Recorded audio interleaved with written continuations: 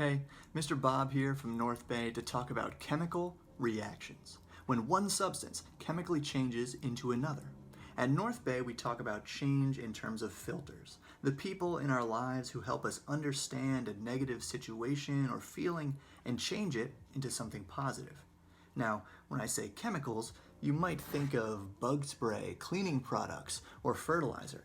But everything, you, me, the food we eat, the air we breathe, it's all chemicals, mostly made of the same 92 naturally occurring elements we find on the periodic table. Individually, these elements can exist as copies of a single atom like this super old penny made of pure copper, or as multiple atoms of the same element bonded together, like the paired oxygen atoms that form O2, the oxygen gas all around us.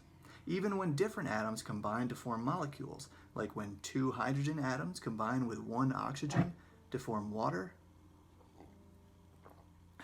These are all considered pure substances because they can be characterized by a set of physical and chemical properties like density, melting point, boiling point, solubility, flammability, and odor, all based on their chemical composition.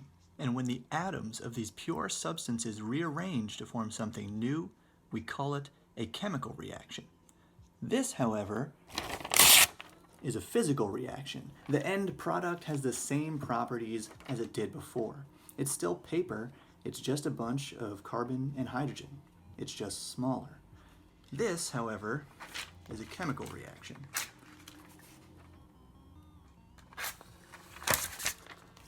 The paper's carbon is bonding with oxygen from the air to form CO2, and the paper's hydrogen bonds with oxygen to form water vapor.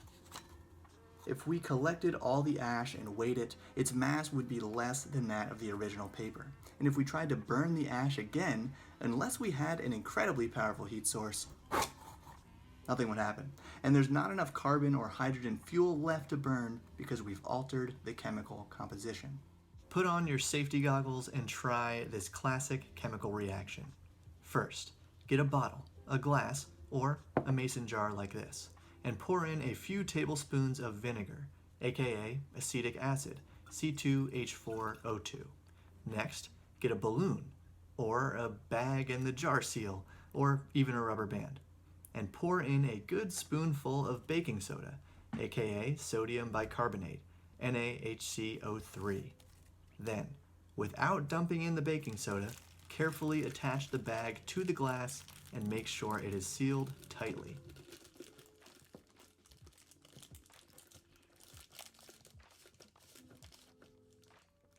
Then, dump in the baking soda.